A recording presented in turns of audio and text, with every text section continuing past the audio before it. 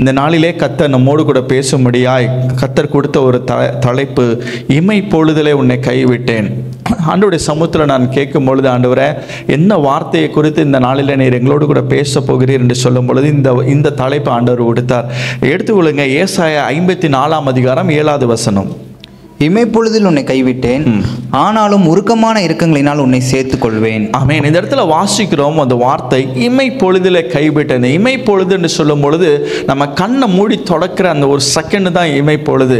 அந்த இமை பொழுதில் ஏன் ஆண்டவர் நம்மளை கைவிடுகிறார்? அதற்கு என்ன காரணம்? அப்போ ஆண்டவர் ஒரு 3 காரியத்தை ஆண்டவர் எனக்கு காண்பித்து கொடுத்தார். எதற்காக ஆண்டவர் இமை பொழுதில் நம்மளை கைவிடுகிறார் என்று சொல்லி பார்க்கும் பொழுது, முதலாவது நம்மளை சோதிப்பதற்காக, 2வது நாம் உருவாக்கப்படுவதற்காக, 3வது நம் தேவ வார்த்தைக்கு கீழ்ப்படியாமல் போகும் பொழுது நம்மளை கைவிடுகிற அந்த அனுபவத்தை நாம் பார்க்க முடிகிறது.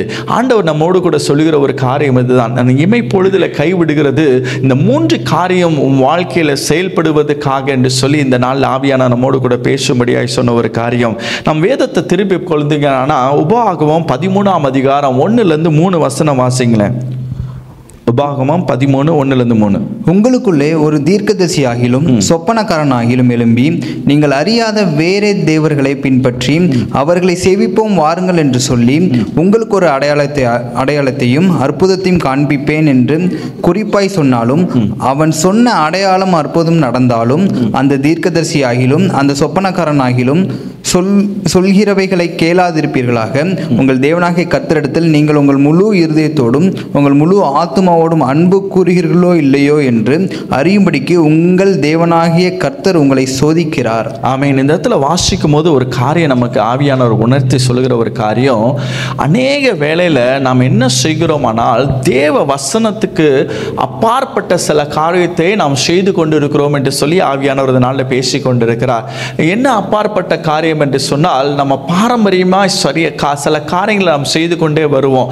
பாரம்பரியமாய் சில காரியங்களை நாம் ஃபாலோ பண்ணி கொண்டே இருப்போம். நாம் ரட்சிக்கப்பட்டிருந்தாலும் வேத வசனத்தை நம்ம வாசித்து உட்கொண்டாலும் இன்னும் அந்த பாரம்பரியத்தின் சில காரியங்களை செய்கிறோம். அநேகர் என்ன சொல்லுவாங்க, இது செய்கிறதுனால ஒன்றும் கிடையாது, இது பெரிய நன்மைகளை கொண்டு வரும், இது நமக்கு ஆசீர்வாதத்தை கொண்டு வரும், இது இருக்கிற பிரச்சனைகளுக்கெல்லாம் ஒரு முடிவை கொண்டு வரும் என்று சொல்லி எல்லாம் நீங்கள் கேட்டிருக்கலாம். ஆனால் தேவ ஆவியானவர் சொல்லுகிறார், இப்படிப்பட்ட சில காரியங்கள் அவங்க சொல்லுற காரியங்கள் நடந்தாலும் நான் எதற்காக இதை நடத்துகிறேன் என்று சொன்னால், நீ என்னிடத்தில் விசுவாசமாக இருக்கிறியா இல்லையா என்பதை சோதிப்பதற்காக தான் என்று சொல்லி இந்த நாளில் ஆவியானவர் பேசி கொண்டிருக்கிறார். இன்னைக்கு அநேக நாம் செய்கிற ஒரு தவறு என்ன சொன்னால், அநேக காரியத்தில் நம் தேவனை நாம் விசுவாசிக்காமல் நாம் தேவனை வேதனைப்படுத்துகிற விதமாய் சில காரியங்களை செய்கிறவர்களாய் காணப்படுகிறோம்.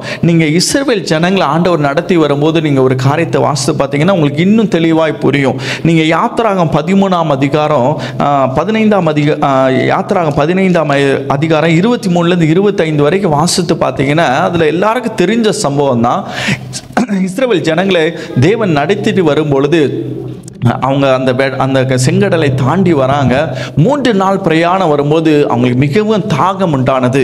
அப்பொழுது ஒரு இடத்துல வரும்பொழுது, அந்த மாறாவின் இடத்துல வரும்பொழுது தண்ணீர் இருந்தது. அந்த தண்ணீர் எடுக்கும்பொழுது பார்த்தா அது மிகவும் கசப்பாக இருந்தது.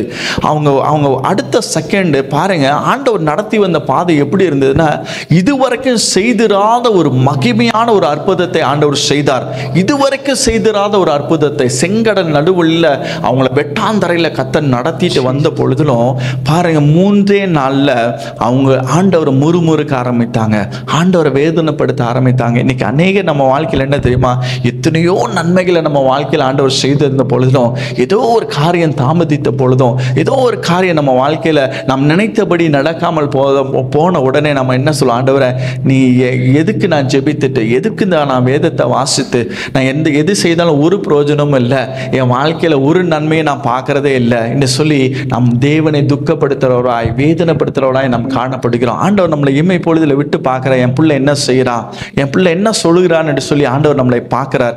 ஆனால் நாம் என்ன செய்கிறோம், இனி நான் ஜெபிக்க மாட்டேன், இனி நான் சர்ச்சுக்கு போக மாட்டேன், இனி நான் இப்படிலாம் நான் ஒன்றும் செய்ய மாட்டேன், ஏன்னா நான் நினச்சபடி ஒன்றும் நடக்கலை. ஆனால் எத்தனை பேருக்கு தெரியும், நான் ஒவ்வொரு நாளும் நான் கண் விழிக்கிறது கர்த்தருடைய கிருபை என்பது எத்தனை பேருக்கு தெரியும்? ஒவ்வொரு நாளும் நான் நடக்கிறது கர்த்தருடைய கிருபை என்று சொல்லி எத்தனை பேருக்கு தெரியும்? ஒவ்வொரு நாளும் நான் உணவை சாப்பிட்றது பண்றது எவ்வளவு பெரிய கிருபை தெரியுங்களா? நீங்க நான் ஹாஸ்பிட்டலில் வேலை பார்த்துட்டு இருக்கேன், இன்னைக்கு நல்லா இருப்பாங்க, நாளைக்கு படுக்க ஆயிடுவாங்க.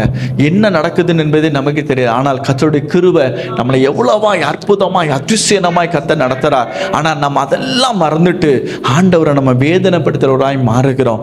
ஆண்டவர் அதுக்காக தான் நம்மளை சோதித்து பார்ப்பார், நாம் எப்படிப்பட்டவராக இருக்கிறோம். எப்பொழுது நல்லா தெரிஞ்சுக்கொள்ளுங்க, ஒரு சோதனை வரும்போது தான் நாம் தேவனை எந்த அளவுக்கு நேசிக்கிறோம் என்பதை நாம் அறிந்து கொள்ள முடியும். ஒரு காரியம் நடக்கலன்னொன்னே நாம் அப்படியே போகிறோம் என்று சொன்னால் நாம் எந்த அளவுக்கு தேவன் மேல நம் விசுவாசம் வைத்திருக்கிறோம், எந்த அளவுக்கு நான் தேவனை நேசிக்கிறேன் என்று சொல்கிறோம் என்பது ஒரு பிரச்சனை வரும்போது தான் நமக்கு தெரியும். ஆண்டவர் நம்மளை சோதித்து பாப்பா, என் பிள்ளை என்ன செய்யறான், என் பிள்ளை எப்படி நிற்கிறான் என்று சொல்லி சோதித்து பார்க்கும் பொழுது நீங்க வைராக்கியமா நிற்கிறவர்களா இருக்க வேண்டும் என்பதற்காக தான் கர்த்தர் அந்த இமை பொழுதுல உங்களை கைவிட்டு அவர் பாப்பார், என் பிள்ளை என்ன செய்யறான், என் பிள்ளை எப்படிப்பட்ட வார்த்தையை சொல்லுகிறான் என்று சொல்லி அவர் நம்மளை பார்ப்பார். நீங்க வேதத்துல நீங்க தானியேல் புஸ்தகம் 3ஆம் அதிகாரம் 17வது வசனத்தை வாசிங்களேன். தானியேல் 3:17. நாங்கள் ஆராதிக்கிற எங்கள் தேவன் எங்களை தப்புவிக்க வல்லவராயிருக்கிறார். அவர் எரிகிற அக்கினி சோலைக்கும் ராஜாவாகி உம்முடைய கைக்கும் நீங்களாக்கி விடுவிப்பார்.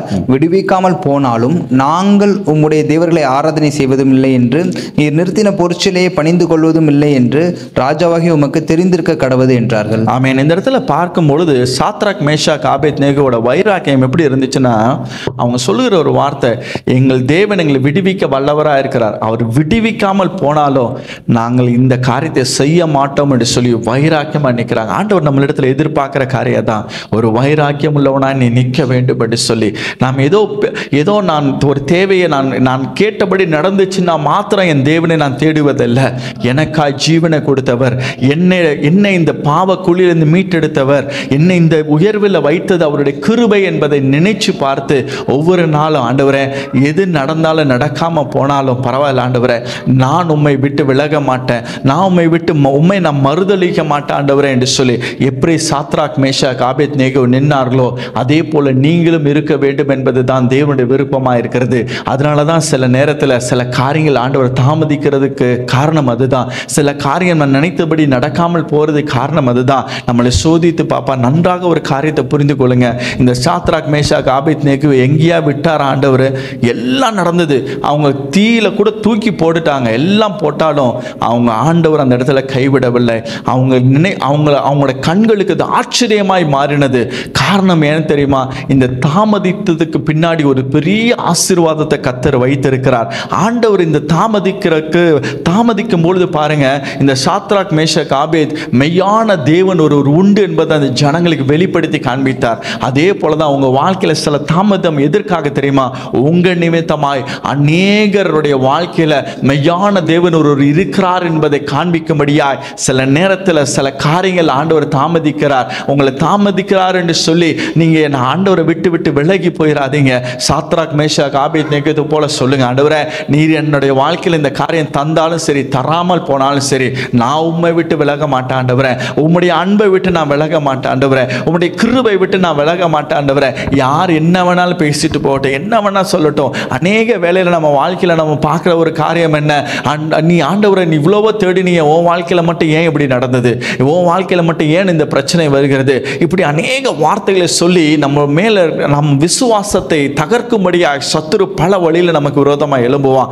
நீங்க அப்போ சொல்லணும் ஒரே ஒரு வார்த்தை, என்ன உண்மைதான், என் வாழ்க்கையில் நடந்த உண்மைதான், என்னதான் நடந்தாலும் பரவாயில்ல, என் தேவனை நான் விட்டு நான் விலக மாட்டேன் என்று சொல்லி வைராக்கியமாய் நிற்கிற ஒரு பிள்ளைகளாய் நீங்களும் நானும் இருக்க வேண்டும் என்று சொல்லி ஆவியானவர் நாளில் பேசி கொண்டிருக்கிறார். அதற்காக தான் ஆண்டவர் அந்த இமை பொழுதுல உங்களை கைவிட்டு என் பிள்ளை என்ன சொல்றான், என் பிள்ளை என்ன செய்கிறான், இந்த சூழ்நிலையில் என்னை மறுதலிக்காமல் நிற்கிறானா என்று சொல்லி பார்க்கும்படியா கர்த்தர் அந்த சோதனையின் பாதையில நடத்தி ஆண்டவர் நம்மளை இன்னும் அதிகமான உயர்வில் கொண்டு போகும்படியா இந்த சோதனை நம்ம வாழ்க்கையில கடத்தி வருகிறார். அதற்காக தான் நம்ம இந்த நாட்களில் நீங்க ஒருவேளை அப்படிப்பட்ட சூழ்நிலையில் கடந்து போய் கொண்டிருக்கிறீங்களா, என் வாழ்க்கையில ஒன்று நடக்கலையே, நான் இவ்வளவோ செபிக்கிறேனே, நான் இவ்வளவா உபவாசம் செய்கிறேனே, ஆனால் என் வாழ்க்கையில மாத்திரம் ஏன் ஒன்று நடக்கவில்லை, என் வாழ்க்கையில மாத்திரம் ஏன் இந்த இந்த பிரச்சனை என்று சொல்லி நீங்க ஒருவேளை புலம்பிக் கொண்டிருக்கிறீங்களா? ஆவியானவர் சொல்கிற ஒரு காரியம், இதற்கு பின்னாடி ஒரு பெரிய நன்மையை நான் வைத்திருக்கிறேன். மற்றவங்களுக்கு பின்பதாக இன்னைக்கு ஒருவேளை நீங்க தலை குனிந்தது போல காணப்படலாம், ஆனால் நாட்கள் வரும் அது ஒரு மிகுந்த ஆசீர்வாதத்துக்கு நேராய் நடத்துவேன் என்று சொல்லி ஆவியானவர் நாளில் பேசி கொண்டிருக்கிறார். அதனால தான் ஆண்டவர் இந்த இமை பொழுதில் உங்களை கைவிட்டு உங்களை சோதிக்கும்படியாய் கர்த்தர் இமை பொழுதில் உன்னை கைவிடுகிறேன் என்று சொல்கிறார். இரண்டாவது ஆண்டவர் சொல்கிற ஒரு காரியம், நம்மளை உருவாக்கப்படுவதற்காக கர்த்தர் நம்மளை சில நேரத்தில் நம்மளை ஒரு இமை பொழுதில் கைவிடுகிறதை நீங்கள் பார்க்க முடியும். நீங்க வாசிங்க 2 கொரிந்தியர் 11ஆம் அதிகாரம் 23 25 வரைக்கும் வாசிங்களேன். 2 கொரிந்தியர் 11 23 25 வரைக்கும். அவர்கள் கிறிஸ்துவின் ஊழியக்காரரா? நான் அதிகம் புத்தியினமாய் பேசுகிறேன். நான் அதிகமாய் பிரயாசப்பட்டேன், அதிகமாய் அடிபட்டவன், அதிகமாய் காவல்களில் வைக்கப்பட்டவன், அநேக தரம் மரண அவஸ்தையில் அகப்பட்டவன், யூதர்களால் ஒன்றுக்குரிய 40 அடியாய் 5 தரம் அடிப்பட்டேன், 3 தரம் மிலாறுகளால் அடிப்பட்டேன், 1 தரம் கல்லெறியுண்டேன், 3 தரம் கப்பசேதத்தில் இருந்தேன், கடலிலே ஒரு ராப்பகல் முழுவதும் போக்கினேன். இந்த இடத்துல வாசிக்கும் பொழுது பவுலுடைய வாழ்க்கை எப்படிப்பட்டதான் இருக்குது என்பதை நீங்க பாருங்களேன். எந்த அளவுக்கு அவர் வேதனைப்படுத்திருக்கிறார், எந்த அளவுக்கு அவர் உபத்திரத்தின் பாதை வழியாக கடந்து சென்றார்.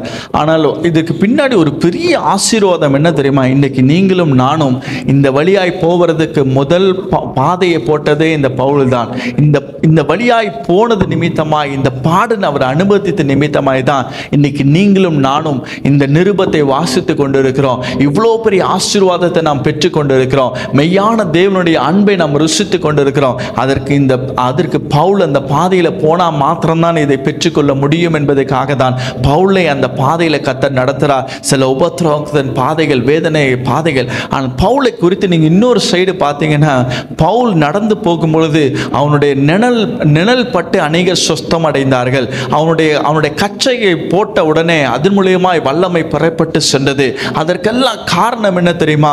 அவன் அந்த பாதையில போவதற்கு தன்னை ஒப்பு கொடுத்ததுனால, அந்த பாதையில வேதனையின் பாதையில் வழியாய் கடந்து சென்று அவன் நிமித்தமாய் அநேக ஜனங்கள் மெய்யான தேவனை அறிந்து கொள்ளும்படியாய் கர்த்தர் சில நேரத்தில் இப்படிப்பட்ட பாதையில கர்த்தர் நம்மளை நடத்துவார். நன்றாக ஒரு காரியத்தை புரிந்து கொள்ளுங்க.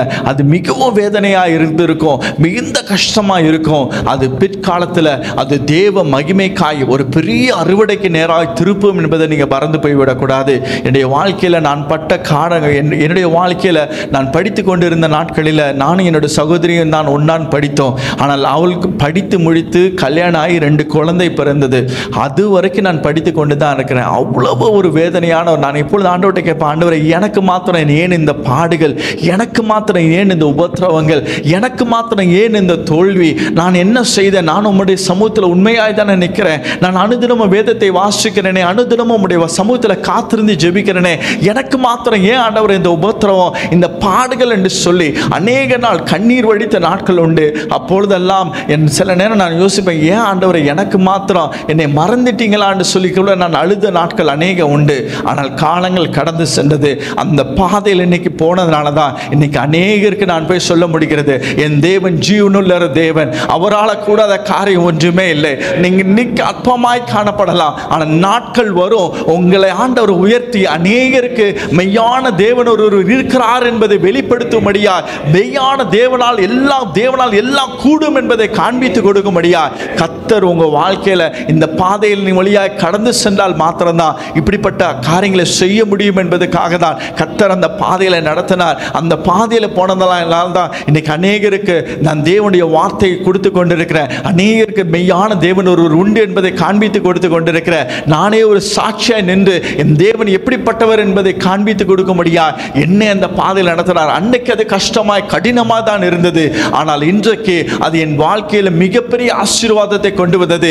அநேகரை வெளிச்சத்துக்கு நேராய் நடத்தும்படியா கர்த்தர் அநேக காரியங்களை கர்த்தர் கிருபையாய் கற்றுக் கொடுத்தார். நம்ம இந்த உபத்திரத்தின் போகிற பாதையில் போக போக தான் நம் தேவனுடைய அன்பை அதிகமாய் அறிந்து கொள்ள முடியும். நாம் அன்பை ருசிப்பதற்கு அந்த பாதையில் போனால் மாத்திரம் தான் நீங்கள் அறிந்து கொள்ள முடியும். அப்ப ஆண்டவர் சில நேரம் நம்மளை நடத்துறது நம்ம அநேகருக்கு ஆசீர்வாதமாய் மாறுவதற்காக கர்த்தர் நம்மளை உருவாக்குறதுக்காக தான் என்பதை நீங்கள் மறந்து போய் விடக்கூடாது.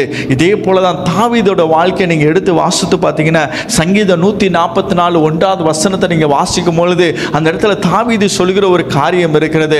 என் கையை போருக்கும் என் விரலை யுத்தத்துக்கு பழக்குவித்த என் கண்மலை ஆகிய கர்த்தாவே என்று சொல்கிறதை நீங்கள் பார்க்க முடியும். தாவீதோட வாழ்க்கையில் நீங்கள் பார்க்கும் பொழுது சவுல் நிமித்தமாய் அதிகமாய் பிரயாசப்பட்டான், அதிகமாய் துரத்தப்பட்டான், அதிகமான வேதனைப்பட்டான். அதுக்கு காரணம் என்ன தெரியுமா?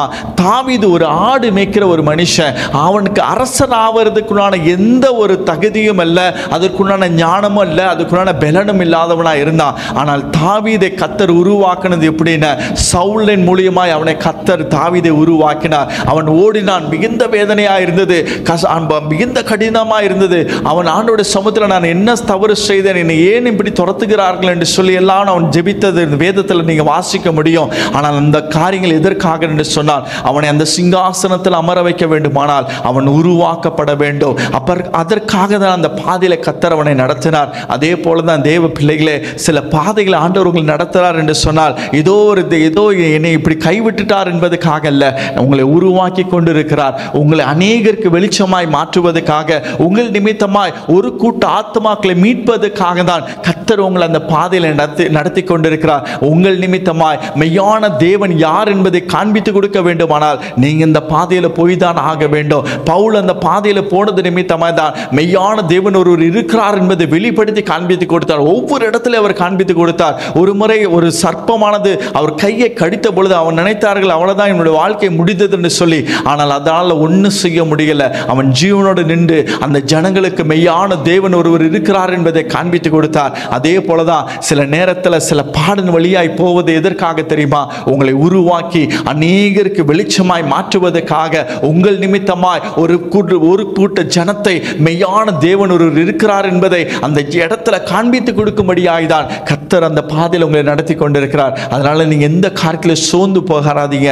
ஆண்டவரே ஏன் இப்படி நடக்குதுன்னு சொல்லாதபடி, ஆண்டவரே இந்த பாதைகளுக்காய் ஸ்தோத்திரம். பவுல் எங்கேயும் அப்படி சொல்லல. ஆண்டோட சமூகத்தில் ஆண்டவரே எல்லாவற்றுக்காய் ஸ்தோத்திரம் என்று சொன்னா, எல்லாவற்றுக்காய் நன்றி என்று சொன்னா. காரணம், அந்த உபத்திரத்தின் பாதையில போக போக போக அவன் தேவ அன்பை அவன் அதிகமாக ருசிக்க ஆரம்பித்தான். தேவனுடைய மகிமையை அவன் அதிகமாக ருசிக்க ஆரம்பித்தான். அதனால தான் பவுல் சொன்ன ஒரு காரியம், இந்த உலகத்தில் இருக்கிறது எல்லாவற்றையும் குப்பையா எண்ணுகிறேன் என்று சொன்னார். அவன் சாதாரண ஒரு மனுஷன் அல்ல. பவுல் சாதாரண ஒரு மனுஷன் அல்ல. அவன் ஐஸ்வர்யத்தில் அதிகமாய் உள்ள ஒரு மனுஷன். அதே போல ஞானத்தில் மிகவும் தேறின ஒரு மனுஷன். எல்லாவற்றையும் குப்பையா எண்ணுகிறேன்னு சொல்லுகிறது காரணம் என்ன தெரியுமா? அவன் தேவ அன்பை அவன் பார்த்தான். தேவனுடைய மகிமை அவன் பார்த்ததுக்கு பொழுது அந்த உலகமெல்லாம் ஒன்றுமில்லை என்பதை அவன் அறிந்து கொண்டான். அப்ப நாம் இந்த பாதையில போனாதான் அந்த மகிமையை நீங்க பார்க்க முடியும். அந்த மகிமையை நீங்கள் ருசிக்க வேண்டுமானால் இந்த கடினமான பாதையில நீங்கள் நடந்துதான் ஆக வேண்டும். இந்த பாதையில போகும்பொழுது இன்றைக்கு அது கடினமா இருக்கலாம், இன்றைக்கு அது வேதனையா இருக்கலாம், இன்றைக்கு அது மிகுந்த கஷ்டத்தை உங்க வாழ்க்கையில கொண்டு வரதா இருக்கலாம். ஆனால் நாட்கள் வரும், உங்க வாழ்க்கையில் அது மிகுந்த ஆசீர்வாதத்தை கொண்டு வரும். அது மிகுந்த உங்க வாழ்க்கையில் அது ஒரு மிகுந்த பலனாய் மாறுகிறதை நீங்கள் பார்க்க முடியும். அந்த இன்னைக்கு நான் எப்பொழுதும் சொல்லுவேன், நான் இன்னைக்கு அந்த பாதையில் வரலன்னா இன்னைக்கு இந்த அளவுக்கு தேவனுக்காய் வைராக்கியமாக நின்றுக்க மாட்டேன். இன்னைக்கு அந்த பாதையில் வந்ததுக்காக இன்னும் அதிகமாக நான் நன்றி செலுத்தி கொண்டே இருக்கிறேன். ஆண்டவரே, இந்த 9 வருஷம் என்னை படிக்க வச்சிங்களே, இந்த வேதனைக்காய் ஸ்தோத்திரம் ஆண்டவரே, இந்த பாடுகளுக்காய் ஸ்தோத்திரம் ஆண்டவரே, இந்த அவமானத்துக்காய் ஸ்தோத்திரம் ஆண்டவரே. அது நிமித்தமாய் தான் இன்னைக்கு அநேகருக்கு ஆசீர்வாதமாக என்னை வைத்திருக்கீங்க ஆண்டவரே. அநேகருக்கு வெளிப்படுத்துற வைத்திருக்கிறீங்க ஆண்டவரே. உம்முடைய அன்பை மற்றவர்களுக்கு காண்பித்து கொடுக்கிறவனாய் வைத்திருக்கிறீங்க ஆண்டவரே. ஆண்டவரே, நம்பிக்கையற்றவர்களுக்கு ஒரு நம்பிக்கை உண்டு என்பதை காண்பித்து கொடுக்கும்படி என்னை வைத்திருக்கிறீங்க ஆண்டவரே என்று சொல்லி இன்னைக்கு அப்படிப்பட்ட காரியங்களை ஒவ்வொரு நாள் நினைக்கும் போதெல்லாம் நான் நன்றி செலுத்தி கொண்டே இருப்பேன். அதே போலதான் உங்க வாழ்க்கையிலும் இந்த பாடுகளை நினைத்து சோர்ந்துராதீங்க. ஐயோ என்னோட வாழ்க்கை இப்படி இருக்குது என்று சொல்லி சோர்ந்துராதீங்க.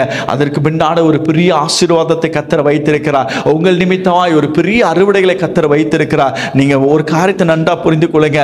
தேவனுக்கு இந்த உலக பிரகாரமான காரியம் தருவது அவருக்கு அற்பமான காரியம். நீங்க ஒரு நாளும் இது அவர் சொல்லும் போது அதுதான் சொல்ற. ஒரு இடத்துல பார்க்கும்போது சொல்ற, நீ காற்றையும் காண மாட்டாய், நீ மழையும் காண மாட்டாய், ஆனால் இந்த பள்ளங்கள் தண்ணீரால் நிரப்பப்படும் என்று சொல்லிவிட்டு அடுத்த வசனம் சொல்கிறது, இது எனக்கு அற்பமான காரியம் என்று சொல்லப்படுகிறது.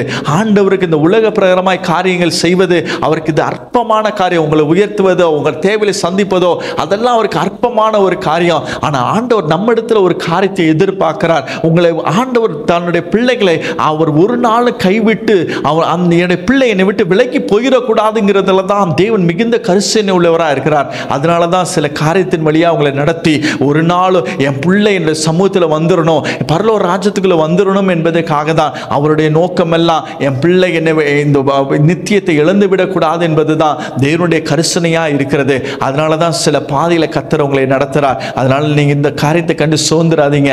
ஏன் இந்த பாடுன்னு சொல்லி கேட்காதீங்க. ஆண்டவரே இந்த பாடுகளுக்காய் ஸ்தோத்திரம் என்று சொல்லி பாருங்களேன். ஒவ்வொரு நாளும் இந்த ஸ்தோத்திரம் ஆண்டவரே, இந்த உபத்திரவத்துக்காய் ஸ்தோத்திரம், இந்த காரியம் என்னோட வாழ்க்கையில ஆண்டவரே தாமதிக்கிறதுக்காய் ஸ்தோத்திரம் என்று சொல்லி பாருங்க. ஒரு மகிமையை நீங்க உங்க வாழ்க்கையில பார்ப்பீங்க, ஒரு மகிமையை உங்க வாழ்க்கையில பார்ப்பீங்க என்று சொல்லி ஆவியானவர் உணர்த்தி கொண்டிருக்கிறார். மூன்றாவது காரியம், ஆண்டவர் சொல்கிற ஒரு காரியம், கர்த்தருடைய வார்த்தைக்கு கீழ்ப்படியாமல் போகும் பொழுது ஆண்டவர் நம்மளை ஒரு நிமிடம் கைவிடுகிறதை நீங்கள் பார்க்க முடியும். நீங்க யோசுவா 7ஆம் அதிகாரம் 1வது வசனத்தை வாசிங்களேன்.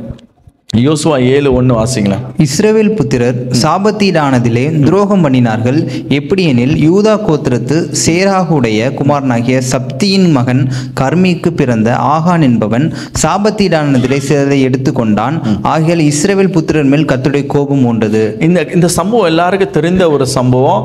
ஆண்டவர் இஸ்ரவேல் ஜனங்களை வழிநடத்திட்டு வரும்பொழுது எரிகோ பட்டணத்தை ஆண்டவர் அவங்க கையில் கொடுக்குறாரு. கொடுக்கும்போது சொல்றாரு, இந்த இடத்துல இருந்து ஒன்றையும் நீங்கள் எடுத்துக்கொண்டு வரக்கூடாது என்று சொல்லும் பொழுது அந்த இடத்துல ஒரு மனுஷன் அந்த இடத்துல தேவன் சொல்கிற வார்த்தை கீழ்ப்படியாமல் அதிலிருந்து அபகரித்து கொண்டு வருகிறதை நீங்கள் பார்க்க முடியும், எடுத்துக்கொண்டு வருகிறதை நீங்கள் பார்க்க முடியும்.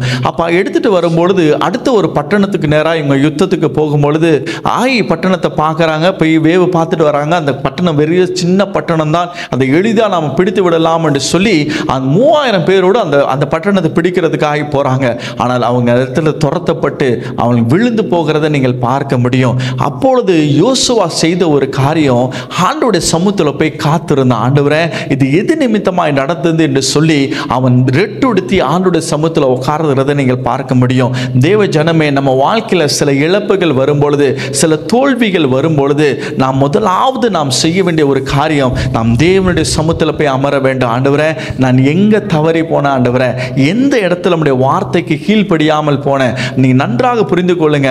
நான் நிறைய நேரத்தில் நம்ம யோசிக்கிறது என்ன தெரியுமா, ஒருவேளை நான் இதை சரியா செய்யாமல் விட்டுருக்கலாம், நான் இன்னும் சரியா செய்யறதுக்காக நான் பிரயாசப்படுகிறோம். சில நேரம் நம்ம ஏதோ சில பேருடைய வார்த்தையை கேட்டு நம்ம இதை தவறா செஞ்சிட்டோம் போல இருக்குன்னு சொல்லி நம்ம நிறைய நேரத்தில் உலக பிரகாரமாய் நினைத்து கொண்டிருக்கிறோம். ஆனால் ஆண்டவர் நம்ம இடத்துல இந்த காரியத்தை செய்யாதன்னு சொல்லி நம்ம சில காரியத்தை நம்மளுக்கு உணர்த்தும் பொழுதும் நம்ம இதை கேட்காமல் நம்ம போகும்பொழுது நடக்கிற காரியம் தான் சில தோல்விகள். அப்ப ஆண்டவருடைய சமூகத்தில் போய் நீங்க முதலாவது விசாரிக்க வேண்டாம். ஆண்டவரே நான் என்ன தவறு செய்தேன் என்று சொல்லி கேட்கும்பொழுது யோசுவாக்கு ஆண்டவர் வெளிப்படுத்தி காண்பிக்கிறார். அந்த வெளிப்படுத்தி காண்பித்த உடனே என்றைக்கு அந்த பாளையத்தில் அந்த செய்த தவறை அவன் எடுத்து வெளியே போடுறானோ அடுத்த நிமிடம் அந்த இடத்துல ஜெயத்தை கொடுக்கிறார். நன்றாக ஒரு காரியத்தை புரிந்து கொள்ளுங்க.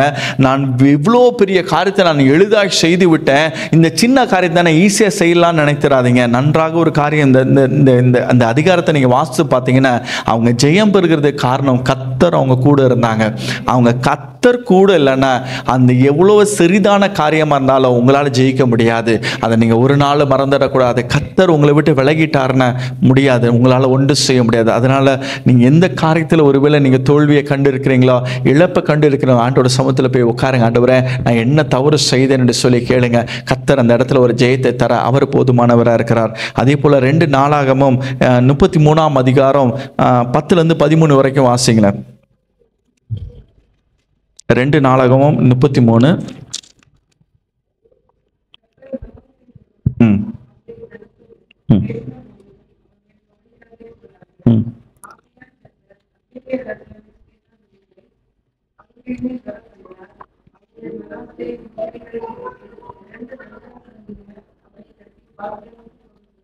ஆமென். இந்த இடத்துல வாசிக்கும் பொழுது மனேச இடத்துல ஆண்டவர் எச்சரிக்கிறார், இந்த காரியத்தை நீ செய்யாத, இது தவறான காரியம், இது தேவனுக்கு எனக்கு பிரியமில்லாத காரியம் என்று சொல்லி எச்சரித்த பொழுதும் அவன் அதை கேட்காதபடி மறுபடியும் அதை செய்து கொண்டே இருந்தான். ஆண்டவர் அவனை இன்னொரு ராஜாவோட கரத்தில் ஒப்பு கொடுத்தார். ஆண்டவர் எதற்காக ஒப்பு கொடுக்கிறார்? அந்த இமை பொழுதில் கைவிட எதற்காக தான், என் பிள்ளை மனம் திரும்ப வேண்டும் என்பது தான் தேவனுடைய முகாந்திரம். தேவனுடைய முகாந்திரம் எப்படியா என் பிள்ளை தான் செய்த தவறை உணர வேண்டும் என்பது தான் தேவனுடைய திட்டம். திட்டமாக இருந்தது. அதே போல் மனேசே அவன் செய்த ஒரு காரியம், தன்னை தாழ்த்தி ஆண்டவரிடத்தில் கெஞ்சினான். ஆண்டவரே, நான் செய்த தவறு தான், ஆண்டவரே எனக்கு இரக்கம் செய்யுங்கன்னு சொல்லி அவன் தன்னை தாழ்த்தி கெஞ்சின உடனே ஆண்டவர் அவனுக்கு கிருபையாக இறங்கி அவனுடைய வாழ்க்கையில் ஒரு அற்புதத்தை செய்தார். மறுபடியும் அவனுடைய ராஜ்யத்தை மறுபடியும் அவன் கையில் கொடுத்தார். இன்னைக்கு நம்முடைய வாழ்க்கையிலும் எந்த காரியத்தில் இன்னும் செவிசாய்க்காதபடி, தேவனுடைய வார்த்தை கீழ்ப்படியாதபடி நீங்கள் போய்கொண்டிருந்தீங்கன்னா, இன்னைக்கு உங்கள் வாழ்க்கையில் ஆண்டவர் சொல்லுகிற ஒரு காரியம், நீங்கள் இந்த இழப்புக்கு காரணம், நீங்கள் இந்த தோல்விக்கு காரணமாக இருக்கிறது, இந்த கட்டில் அகப்பட்டு இருக்கிறது காரணம், நான் சொன்ன காரியத்தில் நீ இன்னும் மனம் திரும்பாமல் நின்று கொண்டிருக்கிறாய், நான் சொன்ன காரியத்தில் இன்னும் உன்னுடைய வாழ்க்கையில் மாற்றத்தை ஏற்படுத்துறதுக்கு நீ இன்னும் ஒப்பு கொடுக்காமல் நின்று கொண்டிருக்கிறாய் என்று சொல்லி ஆவியானவர் பேசி கொண்டிருக்கிறார். இந்த நாளில் ஆவியானவர் உணர்த்துற உங்களிடத்துல உங்களோட இறுதிக்கு தெரியும் நீங்கள் என்ன செய்து கொண்டிருக்கீங்க. எனக்கு தெரியாது, நான் செய்கிறது எனக்கு தெரியும், அதே போல் நீங்கள் செய்கிறது உங்களுக்கு தெரியும். நம்ம வெளியே ஒருவேளை நம்ம நல்ல புள்ளமான நம்ம நடிக்கலாம், ஆனால் உள்ளான இருதயத்தில் நமக்கு தெரியும் நாம் என்ன செய்து கொண்டிருக்கிறோம், ஏன் இந்த காரியம் நடக்குது என்பதெல்லாம் உணர்த்தி கொண்டே இருக்கிறார். ஆண்டவர் பல வழியில் நம்மோடு கூட பேசிக்கிற காரியங்கள் நடக்கிறது, அநேக வழியில் நம்ம இடத்துல இடைப்படுகிறார், நம்மளை உணர்த்தி கொண்டே இருக்கிறார். ஆனால் சில காரியத்தை நம்ம இன்னும் செவிசாய்க்காமல் நின்று கொண்டிருக்கிறோம். அதனால தான் கர்த்தர் சில காரியத்தை நம்மளை அனுமதிக்கிறார், நம்மளை அந்த இடத்துல விட்டு கொடுக்கிறார். நம்மளை சில பேர் நெருக்கிறாங்க, சில பேர் நம்மளை மிகவும் கடினமாய் நடத்துகிறாங்க. இதுக்கெல்லாம் காரணம் என்ன தெரியுமா? தேவ வார்த்தைக்கு கீழ்ப்படியாமல் போனது நிமித்தமாய். இந்த நாளில் ஆவியானோர் சொல்லுகிற ஒரு காரியம், நான் இமை பொழுதுல கைவிட்டாலும் மனதுருக்கத்தோடு உன்னை மறுபடியும் அணைத்துக் கொள்கிற ஒரு தேவன் என்று சொல்கிறார். இந்த நாளில் ஆவியானவர் நம்மோடு கூட சொன்ன அந்த 3 காரியத்தை மனதில் வைத்துக் கொள்ளுங்க. ஏன் நம்மளை இமை பொழுதுல கைவிடுகிறார் என்று சொன்னார்? நம்மளை முதலாவது சோதிப்பதற்காக, 2வது நம்மளை உருவாக்கப்படுவதற்காக, 3வது நம் தேவ வார்த்தைக்கு கீழ்ப்படியாமல் போவது நிமித்தமாய் நம்மளை கைவிடுகிற அனுபவம் நம்ம வாழ்க்கையில் வருகிறது. இந்த நாளில் ஆண்டவரோட கருத்தில் நம்ம ஒவ்வொருவரும் ஒப்பு கொடுப்போம். நம்ம இதில் எந்த இடத்துல நின்று கொண்டு இருக்கிறோம்? இந்த 3 காரியத்தில் என்னிடத்துல ஆவியானவர் உணர்த்துற காரியம் என்ன? எந்த இடத்துல நான் இந்த காரியத்தில் நான் பின்மாற்றமாக இருந்தேன்? எது நிமித்தமாய் நான் என்னுடைய வாழ்க்கையில் இதை ஆண்டவர் அனுமதித்தார் என்பதை உணர்ந்து ஆண்டோட சமூகத்தில் நீங்கள் ஒப்பு கொடுத்து ஜெபிப்பீங்களா? ஆண்டோட சமூகத்தில் நம்ம கண்களை மூடி ஆண்டோட சமூகத்தை நோக்கி பார்ப்போம். எங்களை அளவில்லாமல் நேசிக்கிற நண்பின் தகப்பனே, அப்பா, இந்த வார்த்தையை கொண்டு எங்களோடு கூட பேசின இந்த நல்ல வார்த்தைகளுக்காக ஸ்தோத்திரம். ஆண்டவரே, எங்களை நேசித்ததுனால தான் இந்த இடத்துல எங்களை அமர வைத்திருக்கீங்க. ஆண்டவரே, இங்கே யாரும் தற்செயலாய் வரவில்லை, நீங்கள் யாரும் தற்செயலாய் வரவில்லை. மனதில் புரிந்து கொள்ளுங்க, நீங்கள் யாரும் தற்செயலாய் வரவில்லை. கர்த்தர் உங்களை அழைத்து கொண்டு வந்தார். இந்த நாளிலே உங்களிடத்துல பேசுவதற்காக உங்களை அழைத்து கொண்டு வந்தார். நீங்கள் நினைத்திருக்கலாம் நாம் எப்பொழுதும் வர்றது போல வந்திருக்கலாம் என்று சொல்லி. இல்லை, ஆண்டவர் உங்களை அழைத்து வந்தார். தடைகளை உடைத்து உங்களை கூட்டிட்டு வந்து உட்கார வைத்தது காரணம் என்ன தெரியுமா? நான் இந்த வார்த்தை உன்னோடு கூட பேசணும் என்று சொல்லுவதற்காக, இந்த வார்த்தை மூலியமா என் பிள்ளையுடைய வாழ்க்கையில நான் பலப்படுத்தணும், என் பிள்ளைய வாழ்க்கையில நான் உன்னோடு கூட இருக்கிறேன் என்பதை காண்பிப்பதற்காகவும், உன்னை நான் வெளிச்சமாய் மாற்றுவதற்காகவும் என்பதற்காகவும், நீ உன் வாழ்க்கையில் இருக்க தவறை மனம் திரும்ப வேண்டும் என்பதற்காகவும் தான், இந்த காரியத்துக்காக தான் உன்னை அழைத்து வந்து இந்த நாளில் உன்னோடு கூட பேசி கொண்டிருக்கிறேன். இந்த உணர்வை உங்கள் ஒவ்வொருவருக்குள்ளே ஆண்டவர் கொடுத்து கொண்டே இருக்கிறார். உங்கள் இருதயத்துக்குள்ள ஆவியானவர் இடைப்பட்டு கொண்டே இருக்கிறார். நீங்கள் இந்த நாளில் எந்த காரியத்தில் நீங்கள் ஒப்பு கொடுக்கணுமோ அந்த காரியத்தில் ஒப்பு கொடுங்க. எந்த இடத்துல முறுமுறுத்து கொண்டு இருக்கிறீங்களோ அந்த காரியத்தில், ஆண்டவரே, நான் செய்த தவறை நான் ஒப்புக் கொடுக்கிறேன்ப்பா, நான் உண்மை வேதனைப்படுத்திட்டு ஆண்டவரே என்னை மன்னிங்கன்னு சொல்லி ஒப்புக் கொடுக்கிற வேண்டிய இடத்துல ஒப்புக் கொடுங்க. எந்த இடத்துல அறிக்கை செய்ய வேண்டுமோ அந்த இடத்துல அறிக்கை செய்யுங்க. எந்த இடத்துல உங்களை சமர்ப்பிக்க வேண்டுமோ அந்த இடத்துல சமர்ப்பிங்க.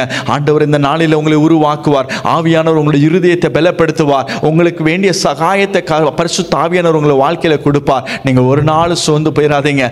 உன்னை நேசிக்கிற ஒரு தகப்பன் இருக்கிறார். அவர் ஒரு நாள் உங்களை கைவிட மாட்டார். இமை பொழுதுல கைவிட்டாலும் மனதுருக்கத்தோடு உங்களை அணைத்துக் கொள்கிற ஒரு அன்பு நிறைந்த தேவனாகிய கர்த்தர் சொல்கிறார், நான் உன்னை விட்டு விலகுவதும் இல்லை, உன்னை கைவிடுவதும் இல்லை.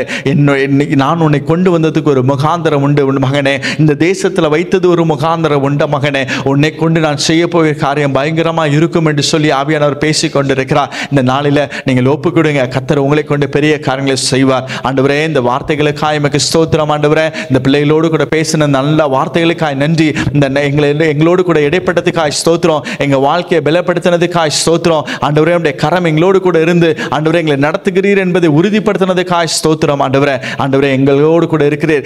ஆண்டவரே, உடைய செவிகள் எங்களுக்கு ஆண்டவரே திறந்தவைகளாக இருக்கிற இருக்குது என்பதை நாங்கள் அறிந்து கொண்ட ஆண்டவரே, எங்களை கூக்குறெல்லாம் நீங்க கேட்டுக்கொண்டிருக்கிறீங்க என்பதை அறிந்து கொண்டிருக்கிறோம் ஆண்டவரே. அதற்காக ஸ்தோத்திரம் ஆண்டவரே. நாங்கள் அநேக வேலையில் ஆண்டவரே நாங்கள் நினைக்கிறோம் ஆண்டவரே, அப்பா இதெல்லாம் நீங்க கேட்குறீங்களா ஆண்டவரே, நாங்கள் படுகிற பாடுகளை நீங்கள் ஆண்டவரே நீர் காணுகிறீரா என்று சொல்லி எல்லாம் சில வேலையில கேட்டிருக்கிறோம் ஆண்டவர். எல்லாவற்றையும் அறிந்திருக்கிறார் என்று சொல்லி இந்த ஆவியானவர் பேசினதுக்காய் நன்றி ஆண்டவரே. அப்பா இந்த பிள்ளைகளை பலப்படுத்துங்கப்பா ஆண்டவரே. இந்த வாரம் முழுதுமா இந்த இரத்த கொட்டுகளை வைத்து பாதுகாத்துக் கொள்ளுங்கப்பா. தேவையில்லாத செலவுகள், வீணான செலவுகள், அனாவசியமான செலவு எல்லாவற்றையும் விலக்கி பாதுகாத்துக் கொள்ளுங்க. எந்த ஒரு பலவீனம் வராதபடி பாதுகாத்துக் கொள்ளுங்க. வேலையில ஞானமாய் நடக்க கர்த்தர் உதவி செய்யுங்க. எல்லா தீமைக்கு விலக்கி பாதுகாத்துக் கொள்ளுங்கப்பா. நல்ல சரீர பலனும் ஆரோக்கியத்தை கொடுத்து ஆண்டவரே கிருபையா இந்த பிள்ளைகளை அழைத்து செல்லும்படியா ஜெபிக்கிறோம் ஆண்டவரே. உடைய கரத்தில் அர்ப்பணிக்கிறோம் ஆண்டவரே, தாழ்த்துக்கிறோம் ஆண்டவரே. அடியேனே உடைய கரத்தில் ஒப்பு கொடுக்கிறேன் ஆண்டவரே. நான் ஒரு மண்ணான மனுஷன் ஆண்டவரே, உம்மை சுமக்கிற ஒரு கழுதை ஆண்டவரே. எல்லா துதி கன மகிமை உமக்கே செலுத்துகிறோம். இயேசுவின் ஜெபங்களை ஜீவன நல்ல பிதாவே, ஆமென். என் ஆத்மாவே கர்த்தரை ஸ்தோத்திரி, என் முழுவதுமே பரிசுநாமத்தை ஸ்தோத்திரி. என் ஆத்மாவே கர்த்தரை ஸ்தோத்திரி, கர்த்தர் செய்த சகல பலன் மறவாதே. ஆமென். ஹல்லேலூயா, ஹல்லேலூயா, ஹல்லேலூயா.